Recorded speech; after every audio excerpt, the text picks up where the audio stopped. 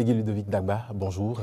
Bonjour, Maître Bassali. Vous êtes le rédacteur en chef du groupe de presse international ITV et d'NTV Diaspora FM, analyste politique. Merci de votre présence sur ce plateau. C'est moi. Alors, dites-moi, quelle lecture faites-vous de la configuration des ministres conseillers nommés au cours du Conseil des ministres de ce mercredi? Merci beaucoup pour cette question. Vous savez très bien que l'actualité depuis hier est agitée par cette nomination des ministres conseillers. Exactement. Un acte qui est attendu quand même depuis un bon bout de temps, parce que le chef de l'État, le président Patrice Talon, n'avait de cesse de témoigner, on va dire, de ce besoin de relais de ses actions. L'homme, souvenez-vous, au départ, disait qu'il se veut très peu visible, mais il veut que ses actions soient les plus visibles possibles.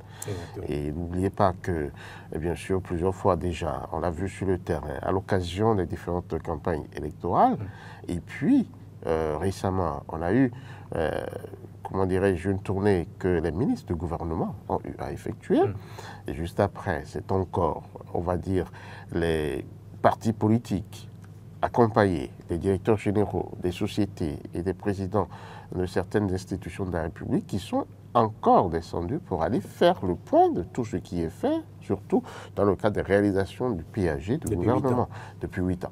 Donc vous voyez un peu que l'homme nourrit un peu cette ambition-là d'avoir quand même un visage, d'avoir de la lumière sur ce qu'il fait.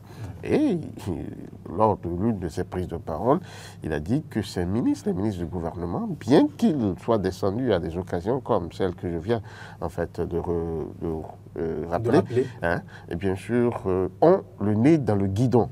L'expression vient de lui, ou ça veut dire simplement qu'ils sont beaucoup plus axés sur les travaux de leur ministère sectoriel. Donc, ils n'ont pas le temps d'aller jouer le rôle qu'il veut d'eux sur le terrain. Donc, à partir de cet instant, il a décidé donc de créer des postes ministériels pour des ministres conseillers. Alors, dites-moi rapidement, M. Peggy Ludovic Dagba, lorsqu'on sait que leur charge première est une mission hautement politique, sans être péremptoire, pensez-vous que ces 12 personnes nommées ont toutes une parfaite assise politique pour réussir leur mission? Oui, avant de répondre à cette question, vous m'avez demandé tantôt ce que je pensais de la configuration politique, de la configuration. Oui, je voudrais quand même dire que, eh bien, la plupart de ceux-là qui ont été élus, les 12 personnalités sont des personnalités politiques qui ont eu à occuper des hautes fonctions politiques dans notre pays. Vous avez parmi des députés, vous avez des anciens ministres, vous avez des directeurs de société, vous avez des hommes politiques de renom qui donc ont eu à vraiment se confronter aux charges publiques.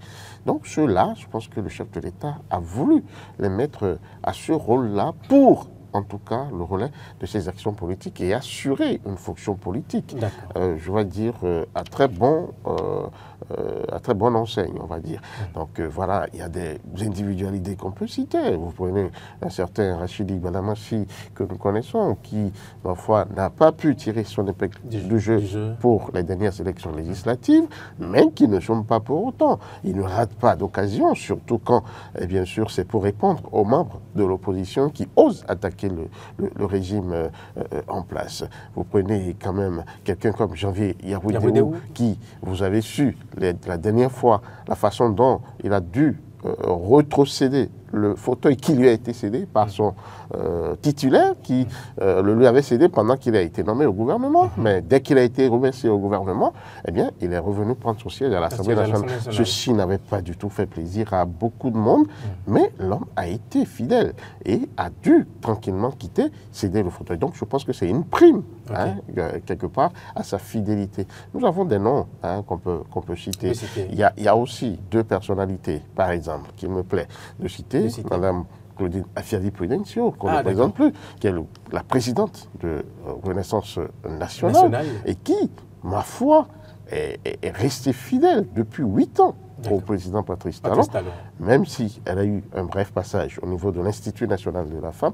Elle, aujourd'hui, est récompensée aussi, on va dire, et elle est ministre conseillère de la Santé. Et je pense que la lecture qu'il faut en faire, c'est beaucoup plus un parti satellite de la mouvance présidentielle, un peu comme Mohamed Benin, qui tout le temps apporter leur soutien au chef de l'État.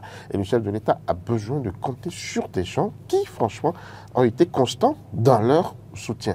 Alors, ont été vraiment, on va dire, comment dirais-je, assez présents sur le terrain et qui ont été inventifs. Alors, voilà. Très rapidement, Peggy, dites-moi, que dira, selon vous, l'opposition de ces différentes nominations? Je pense que l'opposition a à se réinventer. Je l'ai dit tantôt, l'opposition de plus en plus est en train d'être distancée, on va dire, par la mouvance présidentielle, par le gouvernement et par son chef. L'opposition, à la vue de cette nomination, devrait pouvoir franchement reconsidérer les choses et mesurer les enjeux. Et maintenant, bâtir les stratégies qu'il faut pour aller contre cette, comment dire, cette réponse, ce répondant du gouvernement. Parce que là, la mouvance présidentielle, franchement, est en train de boucler vraiment 2026 et le jeu ne sera pas du tout facile pour l'opposition béninoise qui a à se réinventer une fois encore. Alors Peggy Ludovic Dagba, merci beaucoup, merci d'être passé sur ce plateau pour vos riches analyses. Et c'est justement sur ces pertinentes analyses que nous clôturons cette session d'information. Merci à toutes et à tous de nous avoir suivis. Restez avec nous sur Eden TV, le bonheur d'être à vous.